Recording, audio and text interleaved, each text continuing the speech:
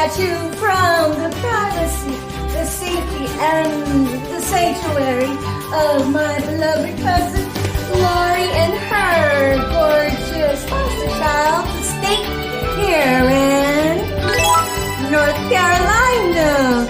At the time of this recording, it is March 29, 2024, and it is Friday. Good Friday at that. Happy Friday, everybody. Oh my goodness. I'm all like, Easter is this Sunday already? Oh, way vey. I'm all like, I hope I did a good Lenten season for myself.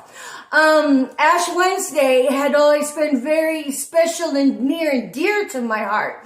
I've been born a Catholic, I was raised a Catholic, and I will die non-denominational. My mom, my mom is full-blooded Filipina, and if you are new to my story, welcome. Thank you for taking the time out of your precious day and, shooting the shit with me. Thank you. My ethnicity, my background is my mommy is full-blooded Filipino. She was born 1936 in the Philippines, and my daddy, he's an Indian. He's a Native American boy.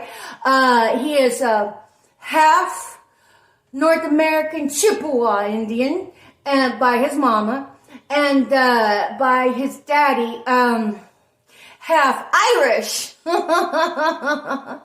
And his blood type was negative A, and my mommy's blood type is B positive. And they met. I always say that my parents were analog internet daters.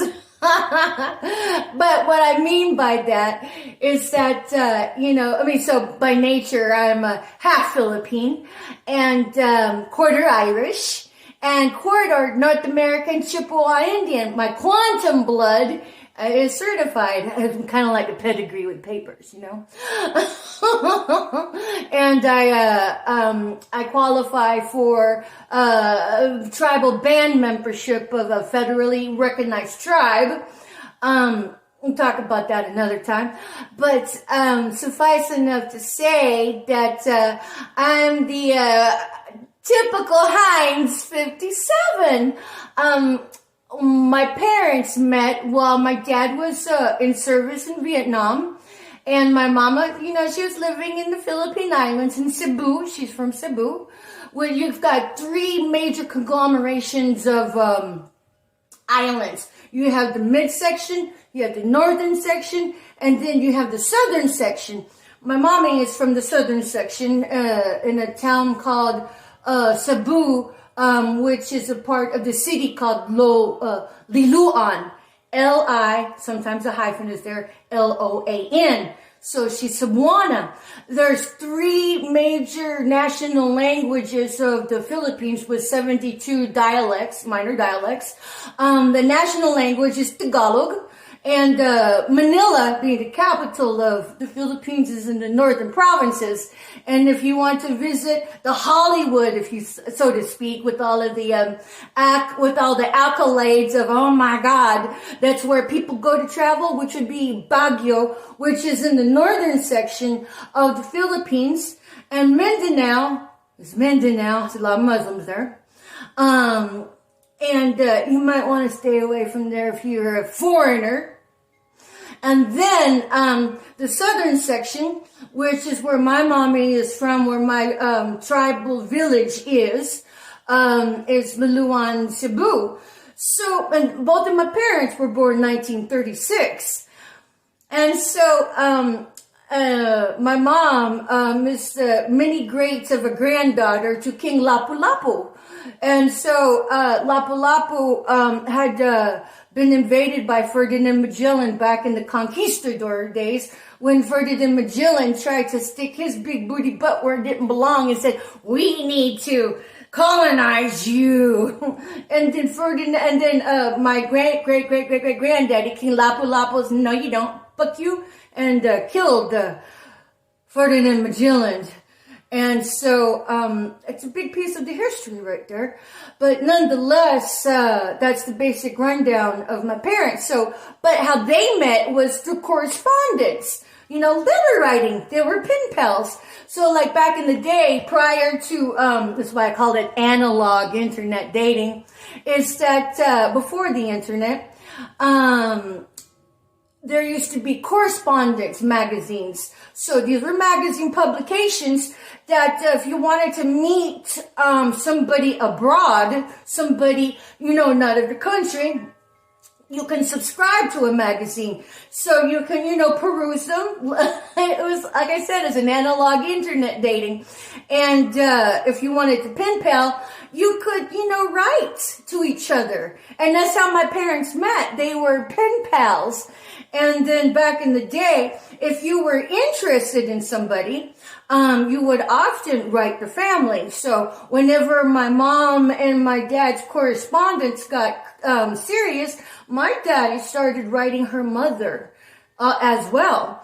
And then fast forward, whenever my dad and my mom had gotten married, my dad, I said he was an upstanding provider, previous videos.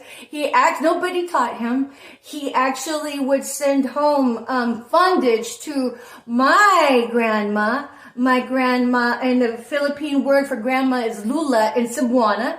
My mom doesn't speak Tagalog, that being the national language, but she understands it. But her native dialect had been Cebuana.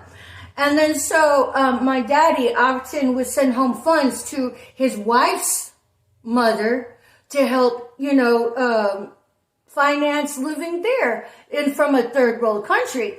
It's like my daddy was full of flaws, but he was full of the best that he brought to himself, to the dynamic of his friendships and relationships.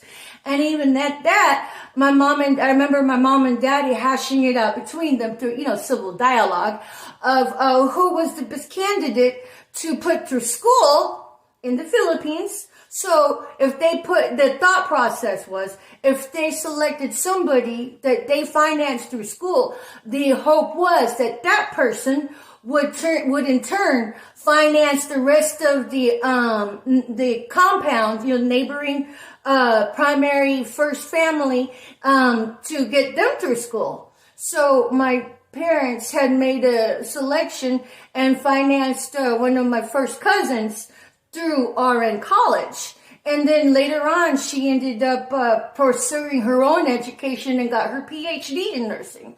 And as far as the family dynamics, whether or not she actually had sent the others to school, I'm not privy to that information.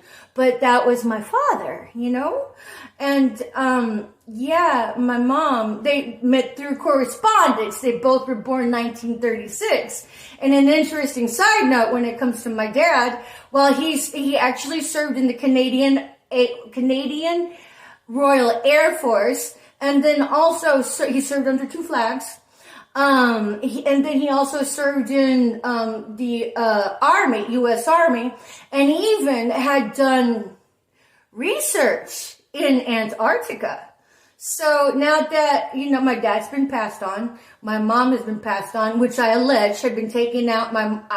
I allege they both have been taken out due to death magic practices. I know it sounds incredible, doesn't it? But like I said, I've got some visions I can share another time, but I'm not going to. And at this moment. So nonetheless, it's real. I'm like, Antarctica, now that I recognize the magnitude of that, he's like, yeah, we did research. Never really talked about the research. Kind of wish I could now, but, who's to say that information is not privy to me? I mean, because with the genetic DNA of our genetic disposition carries all the memories of our bloodline. And so consider this genetic memory, that if the genetic memory is there, we, by theory, should be able to access that. So just because my daddy is passed on doesn't mean I cannot access his memories. But I know that herein comes the dumbing down of our esoteric expanded consciousness, expansion packs of conscious awareness. It makes you sound, when you're socially engineered, makes you sound so cray-cray. I know, I recognize that. But if you're going to consider genetic memory, let's take a look at the monarch butterfly. It has a span of migrating from like the north to the south and the south to the north, right? Now, that's a very, look it up. It's a very involved pathway. Now, from what I understand, I think it was either 3 or 5. It would take, I forget which one, generations of butterflies to make one way. So just because you start out with Group A, that Group A, upon its, it was 1101 as I said, Group A, when it sets out in its sojourn, it's not the same group that makes it. It's like it takes 3 or 5 generations of monarch butterflies to make it. Now, why I bring this presentation to the forefront of the conversation is because this speaks of genetic memory. So while the upper echelon of the hierarchy within our governing state wants to dumb down the populace while they've been running the spell work, while they've been wielding the esoteric-minded awareness, we as a populace are left to our own devices to learn to begin how to self-enlighten ourselves by stretching out our little ostrich necks beyond the umbrella of the shadow of comfortable reality, beyond the shadow of the comfortable facade that we've been social engineered to be boxed in. So, genetic memory, in theory, should be available to each one of us as human beings. But I find that a very interesting side note because my genetic disposition plays into why I am being a heavily targeted individual. Plus, I'm an independent thinker, and if the opposition thinks he can get me to shut up, my dad's gonna be like, "It's a lost cause, honey." I've been the biggest thorn and heel in my dad's side because what he would say, I got a big mouth. But honestly, the big mouth is underappreciated because somebody needs to have the chutzpah to speak up and speak out with a sense of diligence, with a sense of decorum. Belligerence never really does anybody well, even if you are standing in correct moral aptitude. But it's just a melting pot of the rabbit hole. And then so within the context of this rabbit hole, the opposition loves to throw in monkey wrenches. And the monkey wrenches that they throw in are designed to get you off track, to get you off your life path, to distract you from your life purpose. So, if you've been studying the law of attraction, I like I mentioned before, I felt like back in Houston, my biggest pathway to being rescued out of gang stalking was to manifest my way out of it. Once I figured out for myself if manifesting was authentic or not, I threw down my gauntlets and all bets were off because you know what? I had to really manifest myself out of it, and I still am. So whenever you're doing your due diligence of manifesting, one of the basic principles is you have to be living right. You have to be living ethically minded because your ethical mindedness sets you on a plateau of where you're able to manifest from. So if you're living in a compromised section of the part of your north node versus your south node, that is your ability to manifest. So if you're working from your south node, that means you're working from a sense of deficit. And so you're not going to rise higher than the vibratory frequency you have positioned yourself at. So if you're working at if you're working out of your south node, that means you're working out of your basic, more base egotistic needs, such as greed, such as running sideways game, but if you're running out of your north node, it means that you have evolved from your south node, and now you're operating in a primed place to begin to manifest. So, ethical virtue has everything to do with it. So if you think that your only way to cornucopia is through running sideways game, you've fallen into the trap of the illusion that is ready to pull in your consciousness to begin to for the opposition to manipulate you, to use you and your prana and your electromagnetism at their wielding by orchestrating your life. So it's that's another caveat to explore. But onward with being able to identify the need for ethical virtue in your life is to position yourself for your authentic cornucopia, because anything that you trade off with serving Satan, serving Belial, whatever his name is, or servicing Baphomet, that all has a timestamp. Yes, you can do it, but you are giving up your soul. And so whenever you die, you get sucked right into the Lord's vibratory frequency of dimensions throughout the earth, the continent, the galaxy, and the cosmos. You lose yourself. And when you give up yourself, you give up love. I learned a lot from the video I watched yesterday. Anyways, with regards to setting yourself up to be primed for manifesting, you have to live ethically. You got to walk a righteous life. We're not all, birthed at that. We all make our way towards it within the dynamic of polarities of where we are in our paths of humans evolving. And then so the beauty of it is, just because you may have been running heyday in your south node doesn't negate you from being able to evolve into your north node. If you ever thought that was the fallacy to keep you rooted in your south node, so the puppeteers can continue playing your fool ass. So whatever you may sacrifice, like if it was say, oh my God, I love, see that sister of mine? I'm going to sacrifice her to you, Baphomet. And then Baphomet be like, good, what you want? What you want? What you want? What you want? You want money? I get you money. If you want some coin, I get you some coin. If you want some drugs, I got you some drugs. If you want some pussy, I get you some pussy. If you want some dick, I get you some dick. Do you want fame and fortune? I get you some fame and fortune. What you want? What you want? What you want? You say you're going to sacrifice me, Dad? Okay, come on with it. Yeah, you can do that. But then how evil and groveling do you have to be to do that? So there are celebrities out there that have been accessing the pedophile criminal crime ring to get their groove on as celebrities.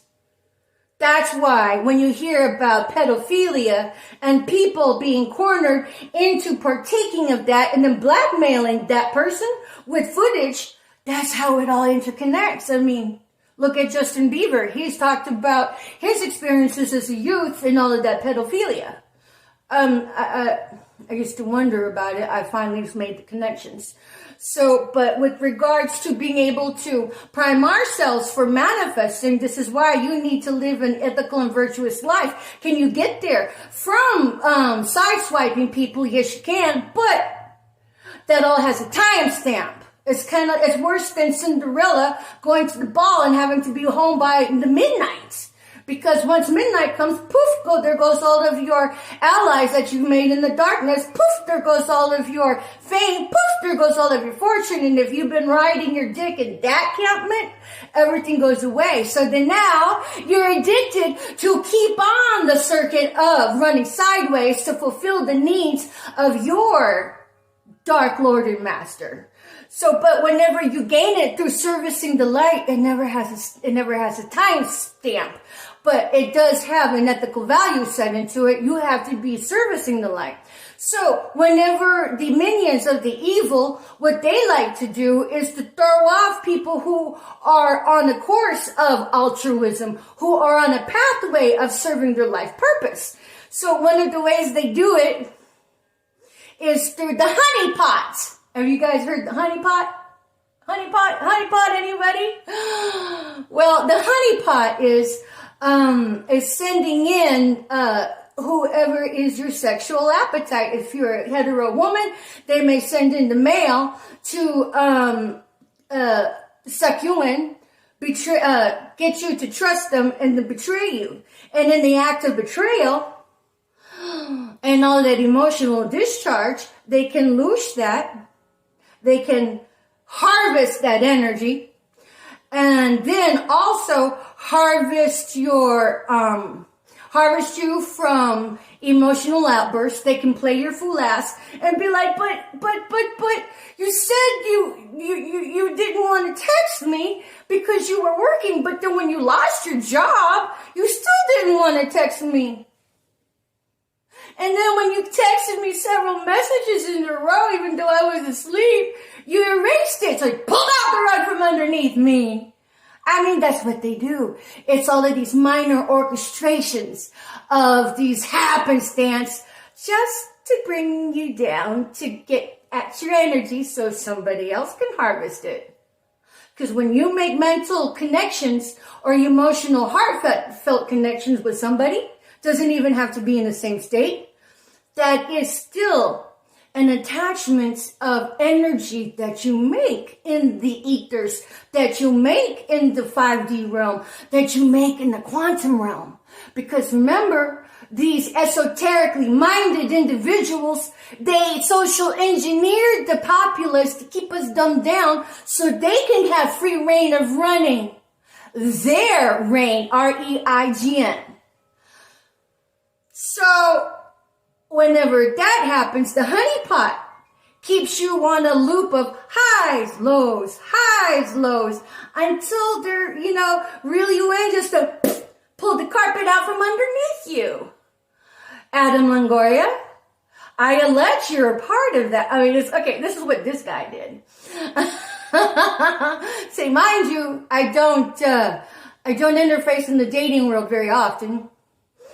And so he was one of the last people I interfaced with, and it was Jeff Weed almost a year to date. In April was the last time I've seen Jeff Weed face to face. And the last time I had relations with that man was around Easter last time. You played my fool ass bitch. I loved you. Well, that's just a hopeless romantic in me. I fell in love with your potential. So whatever. Then I figured you out. Yes, you were hired by the regalies to come honeypot me and try to give me HIV.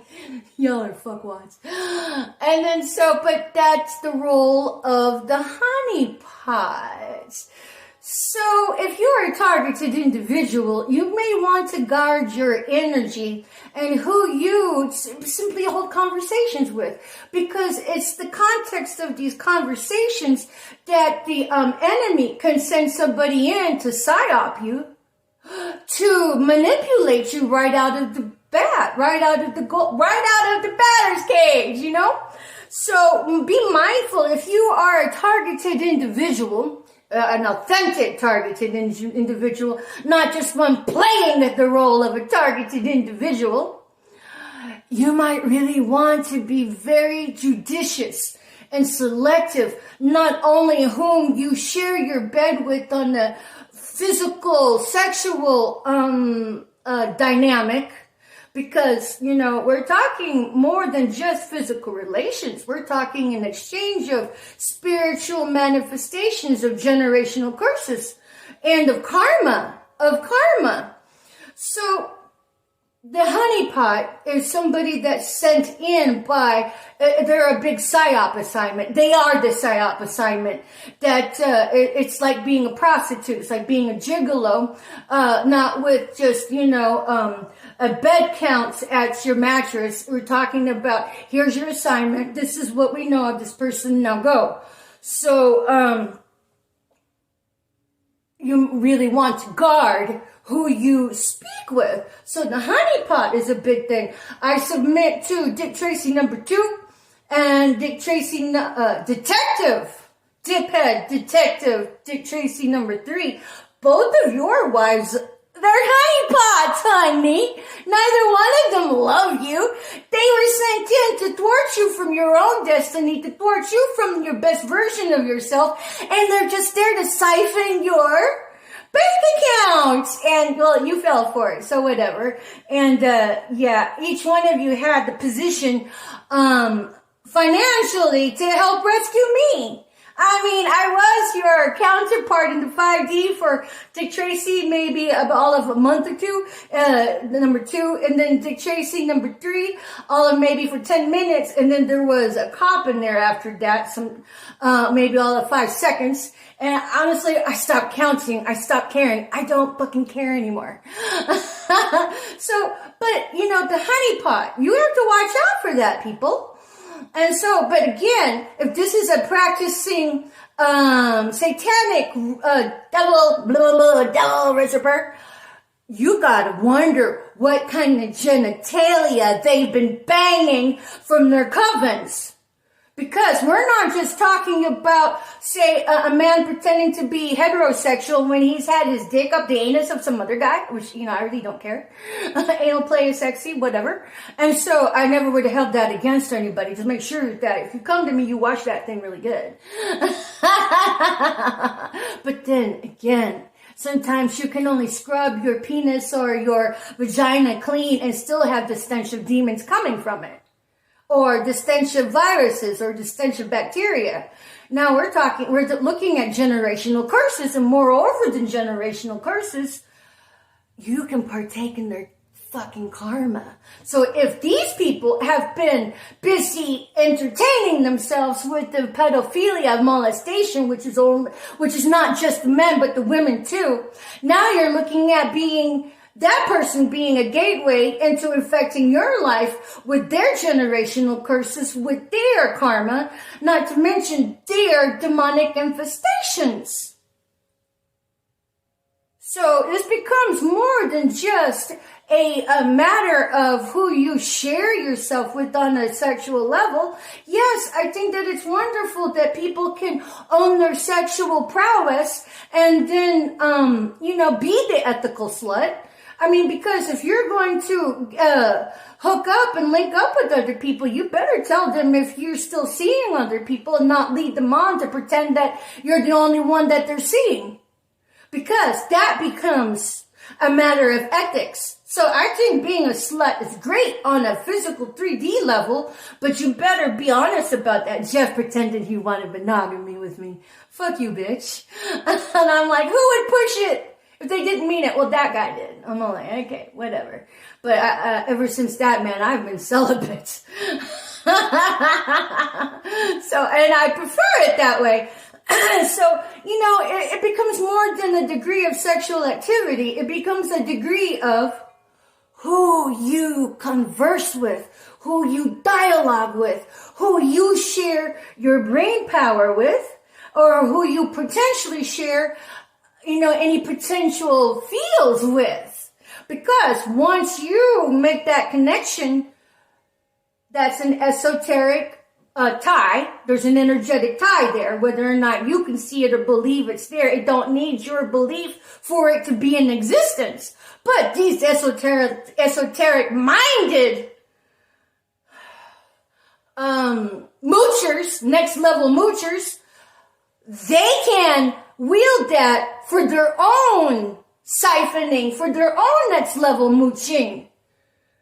So be mindful of who you build friendships with. And if you're a targeted individual, you know what? For me in my path, I'm very aware of the honeypot. But just because, my energy is so juicy. It's so juicy. Everybody wants my energy. Nobody can have it no more. I call all my energy back to me on a daily, moment-to-moment basis. Not only that, Archangel Michael has been dispatched to protect me along with my legions of ancestors, legions of angels, and of all you fool-ass witches. I know I'm a very popular component in your universe there, in your community. My fame in your community precedes me in ways that are only growing, because none of you could kill me with your witchy ways. And it's not just me. I'm a dime a dozen. It's all the chosen ones of the 144K. You can't come sideways at us because we've been so well protected. We all have our own pathways to serving our contracts in the ethers, in the 5D, and in the quantum, that God's going to make sure that happens. So if you think you can thwart anybody's destiny, it's a battle between you and yourself and your ego. So while you're throwing all the spell work at all of us 144K, it's going to go right back to you and rebound into your scrawny little necks and take you out. I'll talk about God's great plan with regards to that. Put a pin in it, come back to it another time. But with regards to the PSYOP game, this is free of charge to the ops. I can't pause it or it just stops it. So what the ops likes to do is to, psychoanalyze you, digest you, and have teams of board members, of psychologists to figure out, Dr. Mengele kind, 3:31:11 as I said that on my timer, the Dr. Mengele kind to come at you, to break you down, and psychologically to torment you, psychologically torture you, cyberly, and directed energy weapons wise. It takes a whole team. Your whole fucking team couldn't take me down. Oh, na na na boo boo, na na na na na boo boo. So whenever, but with regards to how they come up with these little ideas. Hey, one of the big psyops from the word go in this past 4 to 5 years since COVID is that their psyop campaign on me was so single. I'm all like, you guys think I'm looking for a mate? Really? First off, I got out of a 20-year life sentence with Timothy Paul Regali. If you think I was ready to jump in a sack with somebody and rededicate myself to somebody who may or may not be monogamous with me, bitch, you need to come up with a different assignment because that's not going to work. And I'd always thought that was so fucking funny. I mean, to the point that one of their other PSYOP assignments, whenever I was gridlocked over at Gaswork Parks over in Seattle, Washington, it's been an onslaught of them sending, the opposition sending in their PSYOP assignments with their covens. God knows which ones of them have been riding the dick of somebody who's had his penis in a fucking animal. Ew.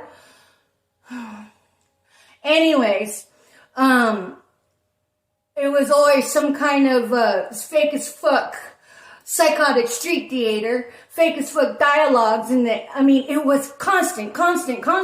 So they aim at wearing the target down because I only have my energy reserve.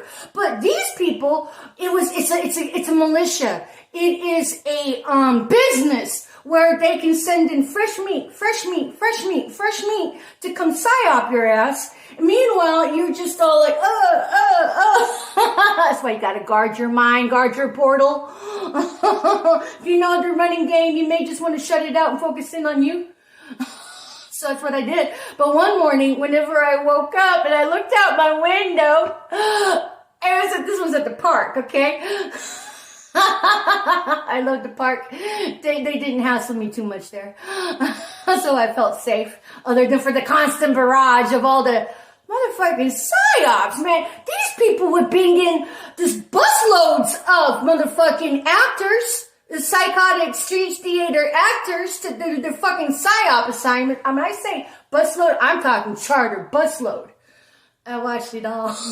I took some pictures of it. That's the first time I'm really addressing that. But one of the PSYOP assignments was that they had this woman in a wedding dress. in a fucking wedding dress in front of my fucking truck, as if to say, you know, I mean, it's a psyop assignment, like, yeah, honey, you're never going to get married. I'm all like, oh my, that was so fucking funny. I'm like, first off, marriage is the furthest thing from my mind. I've been released from a 20-year prison sentence with this fucking psycho who has gotten his mommy to fucking come guard my pussy. They think about my pussy together. I'm all like, oh, we can't have anybody staring at her pussy. We can't even have anybody considering, linking up with that pussy. You're a fucking psycho. So the idea of, you know, I guess they were thinking to break me by, you know, sending in that girl to wear that wedding dress. So I'm all like, first of all, she looked great. Second of all, she looked psycho and out of place. I'm all like, we need to get some Haldol for that one. Lest her psychosis infect the rest of the populace. Menace to society that these people are with their organized hate crimes or organized psyop assignments. I mean, these people are lethal, insane. And but my point being is that that was the game, the psyop that they're running at me, like, you're going to be single forever. Bitch, I am motherfucking happy single. There's a certain sense of liberation in it. I know what I bring to a table, and the table that I sit at, man, I have so much fun with myself. Granted, I will admit that I do miss my fucking staff. But you know what? So what? You know, God just put it on hold because whenever God replaces the staff that was usurped from me, and of which none of you participating next level moochers have decided not to replace any of my replacement list, that's on you guys. That was community service for you. But when God replaces it, it's going to be so magnificent. It's going to be really magnificent. And I know that. So the idea of anybody coming towards me, I'm all like, first off, I prefer a sense of being a self-independent, self-sufficient kind of girl. And the first moment, what the PSYOP people like to do, what the PSYOP assignments is aimed at doing, to building up your trust, just to incrementally ding it here, ding it there, ding it there. And then this is all infractions of trust. And so emotional outburst. And in their gravy train, it's bring of fucking coins that they can harvest. So it's kind of like this. Until I'm on the path of being independent, self-sufficient, I could care less of anybody coming at me, because honeypot or otherwise, you're not going to get at me. You know, because number one purpose of sending in a honeypot is to loose your target, LOOSH, is to cause infractions of justices for that emotional outburst so it could be energy harvested. So you end up running the game. The moment you run your game, I'm out of there. And if I'm wrong, then so be it. I would much rather protect my prana. I would much rather protect my electromagnetism. Because let's face it, if you are a pregnant woman, if you are a woman with a family, you need to guard that prana, because you got children to think about. And if you position yourself so to be somebody's emotional punching bag, well, bitch, that's your fault. They'll loose you, you know, and then there you go. What good? How can you bring the best version of yourself to your child in utero, or to your children at your dinner and supper table, if you're so emotionally broke down by somebody who's been a honeypot? Bitch, let it go.